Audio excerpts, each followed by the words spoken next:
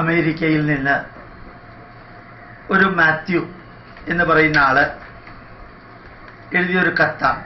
വളരെ അദ്ദേഹത്തിൻ്റെ അമേരിക്കൻ കൈയക്ഷരത്തിലാണ് ഇത് എഴുതിയിരിക്കുന്നത്. ആ കത്ത് അദ്ദേഹം എഴുതിയത് ഭാരതത്തിലെ ഭാരതത്തിനെതിരെ അമേരിക്കയിൽ പ്രസിദ്ധീകരിക്കുന്ന ചെറുതും വലുതുമായിട്ടുള്ള അമേരിക്കക്കാരുടെയും ഇന്ത്യക്കാരുടെയും പ്രസ്സുകളിൽ, പ്രിന്റഡ് പ്രസ്സുകളിൽ ഭാരതത്തിനെതിരെ ക്രിസ്ത്യാനികൾ പ്രചരിപ്പിക്കുന്ന തെറ്റായിട്ടുള്ള കാര്യങ്ങൾ, അതിൻ്റെ പേപ്പർ കട്ടിംഗ് ഉൾപ്പെടെയാണ്. ഇത് ജോർജ് എബ്രഹാം എന്ന് പറഞ്ഞ ഒരാള് എഴുതിയതാണ്. ഇന്ത്യക്കെതിരെ ദ ഇന്ത്യൻ പനോരമ എന്ന് പറഞ്ഞ് അദ്ദേഹം ഫ്രൈഡേ എഴുതിയതാണ്. ആ മനുഷ്യൻ നരേന്ദ്രമോദിക്കെതിരെ പറഞ്ഞിരിക്കുന്നത്, സാമാന്യം അമേരിക്കയിലുള്ള ഇന്ത്യക്കാർക്ക് ഇന്ത്യയെക്കുറിച്ചും കാര്യമായിട്ടൊന്നും അറിയില്ല, ഇവിടെ നടക്കുന്നതിനെക്കുറിച്ച് അവർക്ക് അറിയാനും പറ്റില്ല. അതിൽ കുറേയധികം ഉണ്ട്. അതിൽ ഇയാൾ എഴുതിയിരിക്കുന്നത് നോക്കാം, എങ്ങനെയാണ് ഭാരതത്തെ ടാർണിഷ് ചെയ്യുക, വിദേശ മണ്ണിലിരുന്ന് ടാർണിഷ് ചെയ്യുക എന്നുള്ളത്. ഇയാളുടെ പേര് ജോർജ് എബ്രഹാം.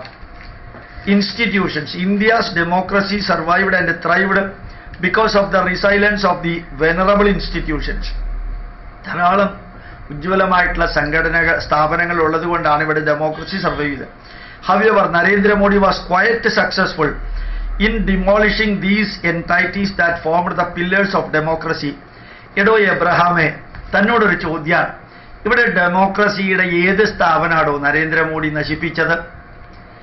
ഇന്നലെ മിനിഞ്ഞാന്നും കഴിഞ്ഞ ഒരു 2-3 ആഴ്ചയായിട്ട് മുമ്പിലും പുറകിലും ഭാരതത്തിലെ ഡെമോക്രസിയുടെ പരമകാഷ്ഠയിൽ നിന്നുകൊണ്ട് ഒരു എലക്ഷൻ നടക്കുമ്പോൾ താൻ എന്തോന്നിനാണോ ഈ രാഷ്ട്രത്തെയും ഇവിടുത്തെ ഭരണകൂടത്തെയും വിദേശ മണ്ണിലിരുന്നുകൊണ്ട് തറവറിയുന്നത്? തൻ്റെയൊക്കെ ജന്മസ്വഭാവം പോയ സ്ഥലത്ത് എവിടെയാണോ സ്വന്തം രാഷ്ട്രത്തെയും സ്വന്തം സംസ്കാരത്തെയും അവഹേളിക്കാനും ഭരണകൂടത്തെ വിദേശ മണ്ണിൽ പോയിട്ട് അവഹേളിക്കാനും ഒക്കെ തൻ്റെ കൂട്ടര് ചെയ്യുന്നതിൻ്റെ ഭാഗമായിട്ടാണിത്. തന്നോടൊരു ചോദ്യം ചോദിക്കട്ടെ. ഇയാൾ പറഞ്ഞിരിക്കുന്ന ഒന്ന്, however, Narendra Modi was quite successful in demolishing these entities that formed the pillars of democracy. Today we see the institutions like the judiciary.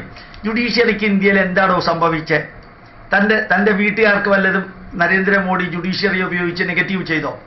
ഇവിടുത്തെ സുപ്രീം കോടതിയും ഇവിടുത്തെ ഹൈക്കോടതിയും ഇവിടുത്തെ സർവ്വതും കൃത്യമായിട്ട് 2G 3G ആദർശ് ഫ്ലാറ്റ് അഴിമതിയൊക്കെ നടത്തിയിട്ട് റോമൻ കത്തോലിക്ക കുടുംബത്തിൽ ജനിച്ച ഇറ്റലിക്കാർ ഇവിടെ വന്ന് ഭരിച്ച് ഇത്രയും അഴിമതി ചെയ്തിട്ട് എന്താ ഹൈക്കോടതിയെ സുപ്രീം കോടതിയെ ദുരുപയോഗം ചെയ്തിട്ട് അവരെ എന്താ തൂക്കിക്കൊന്നോ?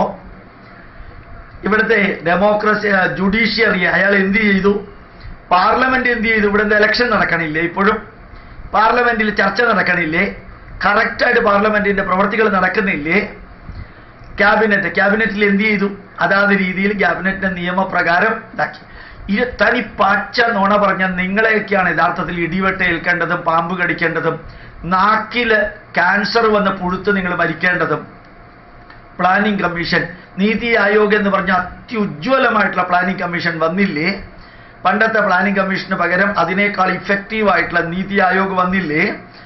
പിന്നെ റിസർവ് ബാങ്കിന് എന്ത് പറ്റി? റിസർവ് ബാങ്ക് അല്ലേ ഇവിടെ 2000-ന്റെ നോട്ട് കൊണ്ടുവന്നതും 500-ന്റെ നോട്ട് കൊണ്ടുവന്നതും 10 മുതൽക്ക് 2000 വരെയുള്ള പുതിയ നോട്ടുകൾ കൊണ്ടുവന്ന് കള്ളപ്പണം ഒതുക്കിയതും ഈ കള്ളനോട്ടുകൾ ഒതുക്കിയതും റിസർവ് ബാങ്ക് അല്ലേ? എന്താ റിസർവ് ബാങ്കിൽ പുതിയ ഇങ്ങേരുടെ മരുമകളെ അപ്പോയിന്റ് ചെയ്തോ? ഇദ്ദേഹത്തിന്റെ മകനെ അപ്പോയിന്റ് ചെയ്തോ?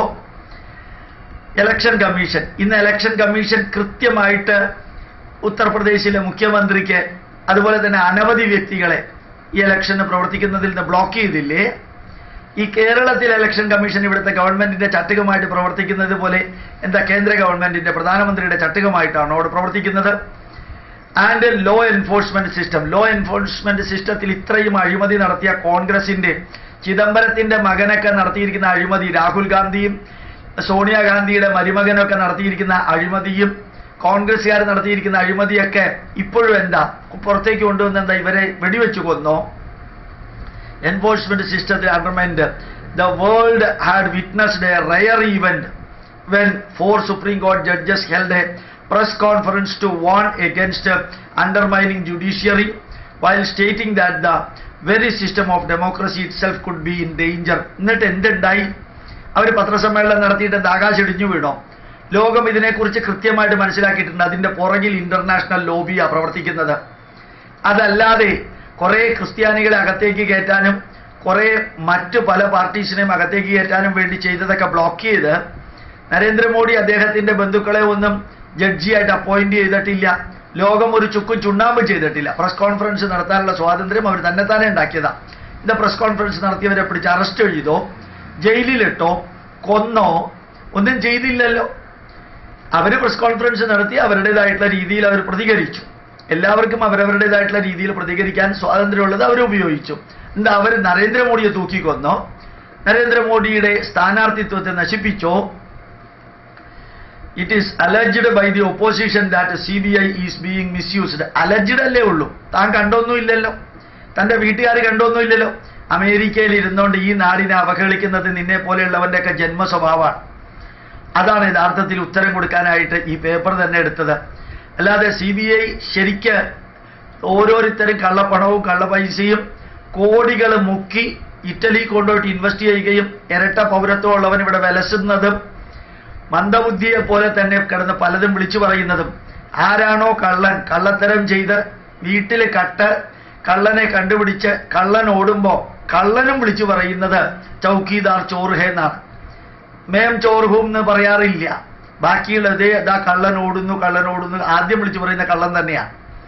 അതുകൊണ്ട് എബ്രഹാം ജോർജ് ഇതൊക്കെ താനും മനസ്സിലാക്കണം. ഈ നാടിൻ്റെ ചോറ് തിന്ന് ഇവിടെ വളർന്ന് നിന്റെ ബന്ധുക്കളൊക്കെ ഇവിടെ ഇരുന്നു കൊണ്ട് ജീവിച്ച് അവസാനം അവിടെ ചെന്ന് ഈ നാടിൻ്റെ ഭരണാധികാരികളെയും ബാക്കിയുള്ളവരെയൊക്കെ അവഹേളിക്കുമ്പോൾ അറിയണം ഇവിടെയാണ് ചാവാങ്കാലത്ത് വരേണ്ടത് എന്ന്. അവിടുത്തെ പൗരത്വം ഉണ്ടെങ്കിലും അവിടെ നിങ്ങളെപ്പോലെയുള്ളവരെയൊക്കെ നാട് കടത്തുകയാണെങ്കിൽ പാകിസ്ഥാനിൽ എടുക്കില്ല, ഇസ്രായേലിലും എടുക്കില്ല, ലോകത്തിലെ ഒരു രാജ്യത്തും എടുക്കില്ല. ഇവിടേക്ക് തന്നെയാണ് കെട്ടിക്കയറി ഇവിടെ വന്ന് ഈ മണ്ണിൽ കുഴിച്ചിട്ട് പുഴുത്ത് ഈ മണ്ണിൽ ദുർഗന്ധം ഉണ്ടാക്കി മരിക്കേണ്ടത് എന്നുകൂടി. Narendra Modi was singularly responsible for the shameful drama that unfolded the various venue under the CBI versus CBI. ഒരു ഷെയിംഫുൾ ഡ്രാമയും ഇവിടെ നടന്നിട്ടില്ല. അവിടെ ഇരുന്നുകൊണ്ട് ഓരോന്ന് പറഞ്ഞാൽ അവിടെ ബോധവും ബുദ്ധിയില്ലാത്ത കുറേ ക്രിസ്ത്യാനികൾ വിശ്വസിക്കുമായിരിക്കും. പക്ഷെ ഉറപ്പാ ഹിന്ദുക്കൾ വിശ്വസിക്കില്ല. ഇവിടെയും കുറേ അച്ഛന്മാരും കർദിനാൾമാരും ബിഷപ്പുമാരും ക്രിസ്ത്യാനികളോട് പ്രാർത്ഥിക്കാൻ പറയുന്നുണ്ട്. മതം മാറ്റാനും ചതിക്കാനും വഞ്ചിക്കാനും പഴയ കള്ളനോട്ടുകളൊക്കെ പുറത്തേക്കെടുത്ത് വെള്ളനോട്ടുകളും വെള്ളപ്പണവും ആക്കാൻ വേണ്ടിയിട്ട് കർത്താവിനോട് പ്രാർത്ഥിക്കാൻ, നരേന്ദ്രമോദിയെ താഴെ ഇറക്കാനായിട്ട്. അല്ലാണ്ട് ഇവിടെ CBIയും CBIയും തമ്മിലൊരു ഒരു കുഴപ്പവും ഇവിടെ ഉണ്ടായിട്ടില്ല. ഈ നാട്ടിൽ ജീവിക്കുന്ന ഞങ്ങൾക്ക് കാണാൻ പറ്റാത്തത് അവിടെ ഇരുന്നുകൊണ്ട് സൂക്ഷ്മദർശിനിയോ ടെലസ്കോപ്പോ മൈക്രോസ്കോപ്പോ വെച്ചിട്ട് താൻ നോക്കിയാൽ തൻ്റെ കണ്ണിലൂടെ കാണുന്നത് ഒരു പക്ഷേ അതൊക്കെ ആയിരിക്കും. പക്ഷെ ഇവിടെ അതല്ല. Pitting the two top officials against each other. രണ്ട് ഒഫീഷ്യൽസ് അതിനകത്തിരുന്നുകൊണ്ട് ഫൈറ്റ് ചെയ്ത് കഴിഞ്ഞാൽ മാറ്റിയല്ലാണ്ട് പിന്നെ എന്താ വെക്കുക, തലയിൽ കിരീടം വെച്ചിട്ട് സൗത്ത് ഇന്ത്യയിലെ CBI ഓഫീസറും നോർത്ത് ഇന്ത്യയിലെ CBI ഓഫീസറും എന്ന് പറഞ്ഞ് അവരെ ഉയർത്തണോ, കിരീടം കൊടുക്കണോ അവർക്ക്? Low under CBI's credibility has touched an all-time low under Modi government. അത് താനാണോ തീരുമാനിക്കുന്നത്? CBI തന്നെ ഉണ്ടായിരുന്നില്ല. 4000 സിഖുകാരെ കൊലവിളിച്ച ഇന്ദിരാഗാന്ധിയുടെ മർഡറും അതിനുശേഷം നടന്നതും സോണിയാഗാന്ധിയുടെ സ്വത്തിൻ്റെ കണക്ക് വരുമ്പോഴും ഈ രാഹുൽ ഗാന്ധി ഉണ്ടാക്കിയതിൻ്റെ കണക്ക് വരുമ്പോഴും കോൺഗ്രസ് മന്ത്രിമാരുണ്ടാക്കിയ ഓരോന്നിൻ്റെ കണക്ക് വരുമ്പോൾ CBI ഒന്നുമില്ല. അങ്ങനെ തന്നെ വേണം CBI എന്ന് പറഞ്ഞാൽ നടക്കണതല്ല. ഈ നാടെല്ലാം തിരിച്ചറിഞ്ഞിട്ടുണ്ട്, തിരിച്ചറിയുകയും ചെയ്യുമെന്ന് ഓർമ്മിപ്പിക്കുന്നു. Modi government and increasingly being perceived as a political arm for the ruling party. ഏതായാലും ഒരു കാര്യം ഉറപ്പാ, ഈ നാട്ടിൽ നടക്കാത്ത പലതും ഉണ്ട് എന്ന് പറഞ്ഞ് ഇവിടുത്തെ ഭരണകൂടത്തിനെതിരെയും ഇവിടുത്തെ സംസ്കാരത്തിനെതിരെയും പ്രവർത്തിക്കുന്നത് തന്നെ പോലെയുള്ളവൻ്റെ ജന്മസ്വഭാവമായ സ്ഥിതിക്ക് ഇത്രയെങ്കിലും ഒരു വലിയ ആർട്ടിക്കിൾ എഴുതിയതാണ്.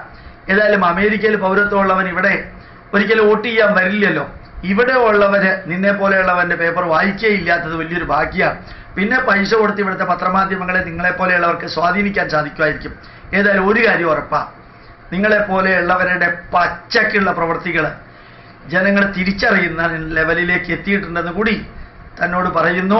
ഇത് അയച്ചു തന്നതും ഒരു ക്രിസ്ത്യനാണ്. തൻ്റെ മക്കളെ സൺഡേ സ്കൂളിൽ അയച്ച് പഠിപ്പിക്കുന്ന അതേ ക്രിസ്ത്യനാണ് ഇത് അയച്ചു തന്നത്.